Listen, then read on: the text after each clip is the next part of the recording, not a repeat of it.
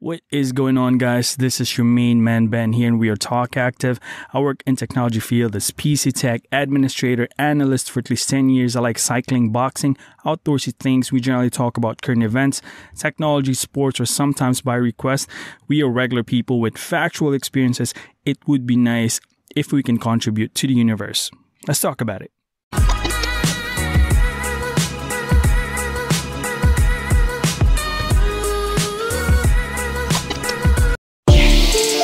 Yeah, episode 40, we got here. It's been a while, I don't know why I walked away, but my flow sucks, I don't know how to freestyle. To be honest with you, I have been rapping for 2 months, but here we are again, I'm standing back.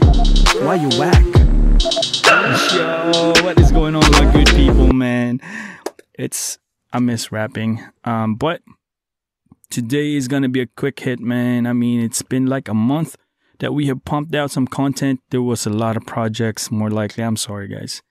There wasn't really a lot of projects. Yeah. It was more on like a lot of riding bicycles. Bicycles. It's all about bicycles, you know what I'm saying? It's summer. It's full swing. Why not? Why not? I hope you guys are being healthy, man.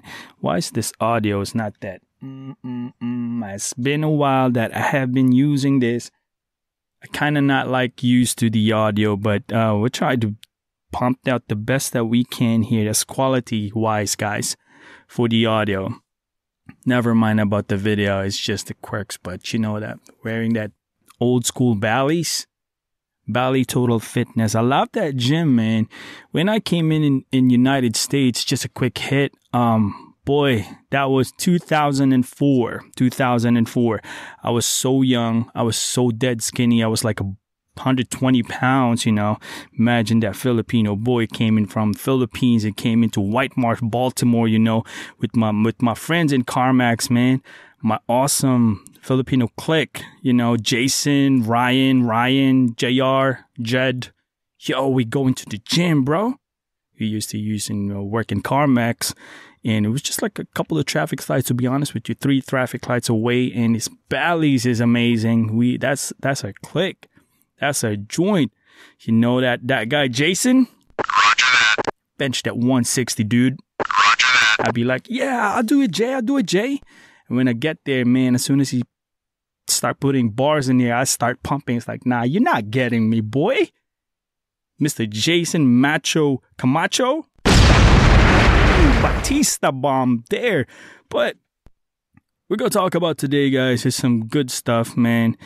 And it's a quick hit. It's a quick hit because I kind of like stepped away on podcasting because I felt like I was so into podcasting before and just sharing thoughts and some insights from other people, but I got attracted to just talk about cryptocurrency. It's all about crypto. It's all about crypto. Blah blah blah. Crypto.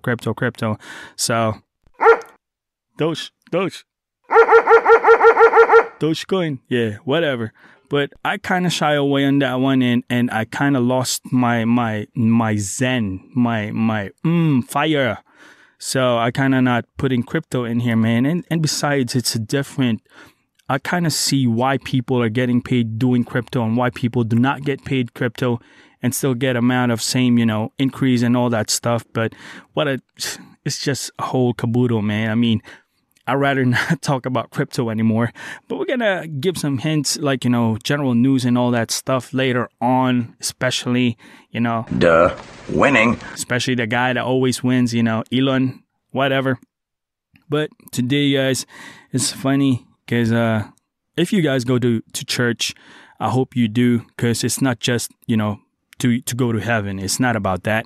I mean, it's the big part of it, but the big part of it is the lesson, because, we have to, I'm going to be like a preachy session for episode 40 here in Talk Active. It's a preachy thing because church is not made for people that is complete, that is fit physically, not physically, but spiritually or financially or perfect life. Church is not designed like that. Church existed for those who are broken, for those who needs guidance, for those who need enhancement or, inside them.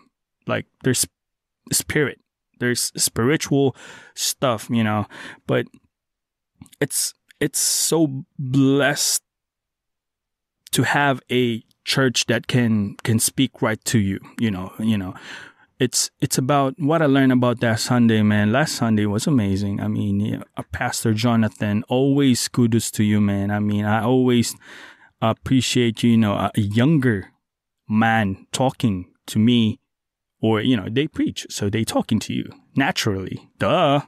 You are an idiot. No, I'm not. But naturally, when it preached to you, you are a receiver of that message. So I was sitting there and I'd be like, what was he saying? What was he saying to me? And then finally it clicked. What was I about to say to you? I forgot, man. But what I'm saying is that instead of bashing other church or other types of religion, for example, when I say other types of religion, Muslim or Protestant versus Catholic, why would you divide if you can just complement and unite? If I am a type of person that understands, and the way Pastor Jonathan talks to me, I receive that message, and I'm a better person since I understood better on what he's, in terms of his translation on the scripture or the story or the parable, and then I received it and then I understood, versus just me reading directly to the Bible and just do it like that and that's about it. But what if you put it into your head where people understands on a different sort of area? For example, here in Baltimore, in White Marsh itself, if us in our church understand it, specifically me, other church, perhaps not the same denomination. So let's just put that in that context because that's the reality. For example, Catholic in Greenspring. And if the priest there, the priest in that church speaks to different types of people like me, and they have received and understood it. I mean, what's the difference? Totally nothing. So why would you divide if we can unite? That is a big, powerful thing, man. But today, though, what we will talk about, a quick hit, is what we call cancel culture. It's a very, I didn't even, to be honest with you, understand what that is until like probably this year, because I didn't notice that there was a thing for it, like a word. But in fact, I was living, even I was in Philippines, cancel culture is predominant. I mean, I would say it exists in your neighborhood, it exists in school, it exists in politics, in every single aspects in Filipino lives in Philippines. It might not be that big, but the cancel culture there is amazingly like rampant. It's amazingly rampant. So what is cancel culture? Okay. I would just give you a best Bisaya man ka. Oh, come on! But yeah, the best example that I can give is cancel culture is the somebody take the worst thing the person did and magnify it and let it cancel. Let's post it, social media, Twitter, Instagram, whatever. Let's take the worst thing that he did and magnify that and let everybody know that he's not, he's doing this. Out of the 1,000 good things that he did, this one big instance that he did. Let's remember this and magnify this and just send it to the nuclear bomb and let it explode in social media, since we are in social media era. So that is some craziness, man, because I lived 20 years in my life in the Philippines, and I felt that in my neighborhood, in the classroom, friends outside the classroom, it existed. It's everywhere. Like, for example, my friends in my neighborhood, when I was younger, we're going to isolate that guy right there. We're going to isolate him because I felt like one person decided, I felt like I got offended because I wasn't given a privilege to share his food or his snack. And you know what? I'm going to decide to cancel you out. I'm going to decide and talk to our friends here in the basketball court, because I got here first and they got here, and then you're not here yet. You know what? I'm going to talk back at you. I'm going to cancel you. I'm going to decide and do whatever I can to spread bad things that you did, and decide to cancel you. So the moment you come in here, everybody's like had cold feet on you. Like, I can't, that's just one example, but it just hit me and it reflected that it's real. And it can happen to anyone. It can happen to our kids. It happened to me. I'm pretty sure it happened to you as well. But where I'm pointing at here is that cancel culture is everywhere. If you didn't notice, excuse me, I got my coffee in my lovely OBX hat. Cap.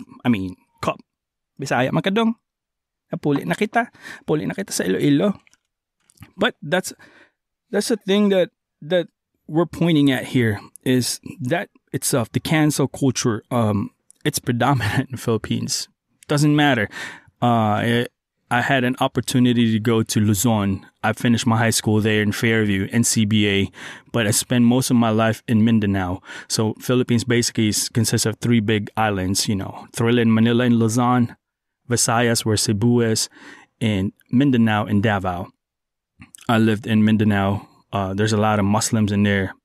Mostly half of Mindanao is Muslims. I got brother there, Muslims and all that stuff, man. We're not Muslims, we're Christians, but I lived with them for like at least good 18 years. But I got brothers in there that's Muslim that, solid, like, But moving on, it's predominant even in the Philippines when I was there. How much more today? In America, in Baltimore, in Baltimore, man. Reisterstown, Parkville, Green Spring, Pikesville, Rosedale. It's everywhere. Cancel culture is here. I kind of have that reality now that, how can I teach my children to deal with this? And I'm in that transition of like being a adult now. Basically, I'm an adult. Yeah, I'm an adult. Yes. So I'm in that phase where I would like to teach my child, especially Maddie, she's becoming a teenager, 13 years old, to understand patience, especially patience. And I think she's getting better because she's been raised by me and my wife and the grannies. And I think my medicine is kind of like a good handler of overall, like, jack of all trades, and with some quirks. But Beckett, I got to teach him like best stuff in there, man. Because the wholeness of a human being is kind of easy to say that you have it. But in reality, when you're put in behind the car, for example, my wife, why did you park and why did you cut me off in front of me? I mean, are you thinking, what? It's 4 p.m. It's Friday. I mean, why are people cannot drive? It's Friday, payday. It's raining. Why everything is, It's good to raise kids with, a lot of people. That's all I can say. So, but where I'm pointing at here in cancel culture is there, I hate cancel culture, man. I mean, I'll give you another example, cancel culture, in the culture right now where social media is predominant, I've been listening, workout and all that stuff. When I cut my lawn, I listen to Bruno Mars. You think Bruno Mars is so gifted? Hell yeah. Bruno Mars is damn gifted, man. So gifted. Give me your attention, baby. Can I leave the door open, girl? He's half Filipino. We all know his song. If you don't know his song, I don't care. If you're Filipino, you don't know his song, you're not Filipino. Yeah, but You know, you have that kind of pride. Manny Pacquiao, you know, he's a boxer. He's, you know, good man, talented and all that stuff. You think you know him, but technically he has that gift. He has, Bruno Mars got that voice. Pacquiao got the hand and speed. They have that gift. They are perceived as epitome of fame. We think we know Bruno or Manny because his mom is Filipino and I know his songs and I watch his fight a lot. The age of social media got implanted. Because of his abilities, his gifts. I know this guy and he's Filipino and I'm not in Philippines right now. And when I talk to non-Filipinos, I'm going to be perceived like, you know, I'm going to put this guy in the next level because I think I know him. But that's part of it. It's part of the cancel culture thing because it's not. I just know him. He has a gift, but I don't know him as a person.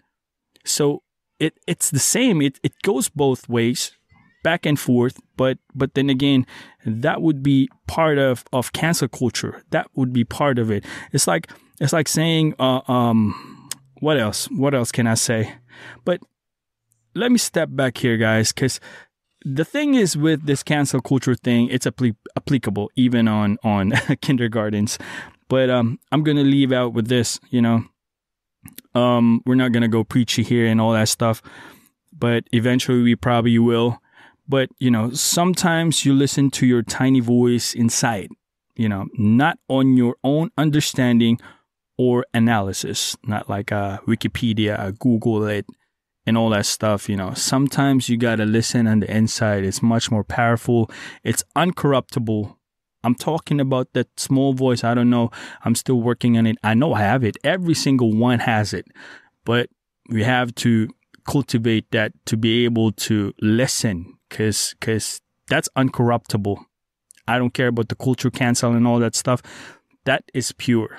Even angels don't have that. But that's what I'm saying, though, man. I'm stepping away on that cancel culture thing. We are moving up. We are moving up here. And before we do that, we're going to talk about the side talk.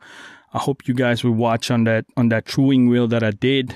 It's very good for home maintenance for your bicycle. I think it's amazing because you can save. It depends how many bikes you have.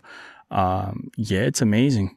$20 per bike if you had it in your local bike shop. $20 or $25. Hint, REI is very good.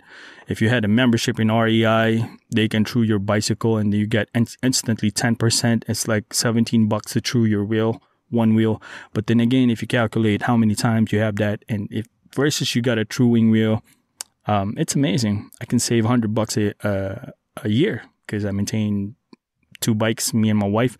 So 4 wheels and all that stuff. But one last hit before I let you go, guys. Elon Musk, man. I mean, I hope he just stay as is, just as is. No, don't tap anymore in the crypto market because, oh man, I mean, a lot of people will think Elon Musk is you know, a good guy. I mean, I don't know him. I can't cancel culture him. What I understand is how he cancel culture himself and isolated to benefit his own, especially his company. But people are like elevating him and all that stuff. I mean, he can just stay away in the crypto market and leave it as is. I mean, how can you do a 50% clean energy in mining? How can you prove that? How? I mean, are you Don? Are you Don? You can't. I mean, you probably can, but how? You're going to do another algorithm and pay these guys and all that stuff. I mean, this guy's, man, because he said that proof of work is very bad in the environment. Man, to make one battery of your Tesla car, it has to be, you got to extract 20 different minerals on Earth, rare minerals to produce that. And that process, you think if you produce 500,000 Tesla cars in 1 year, it's good for the environment. So imagine how much explosions and all that stuff, labor. I don't know the exact context, child labor and all that stuff. Definitely Anonymous released something in there about him. And man, I'll post that in there in the link as well, maybe. And you see, you judge by yourself. I mean, come on, man. Come on. If you just leave the crypto market, because, you know, these things are not designed to be centralized. I tell you that. The only thing they can control is the number of shares. They're whales. The richest man in the world. They can control the shares. But to control it, man, good luck. You can't. Satoshi is higher analysis than you, Elon. And so are your followers. They can follow you and all that stuff. Buy all the Doge you can. Buy all the stuff that he said. But we all know in the crypto space that, you know, you just leave us as is. We don't need your feedbacks, bro. A good publicity is still good publicity, but whatever. But guys, I'm not going to bash anyone again, man. That wasn't culture cancel. That was rage. I just show you rage. Yeah, I did. But appreciate you guys listening, man. Thank you for watching, guys. I hope you guys have a good week. And yeah, right on. Hint, hint, hint. Bike packing. Bike packing. Peace out.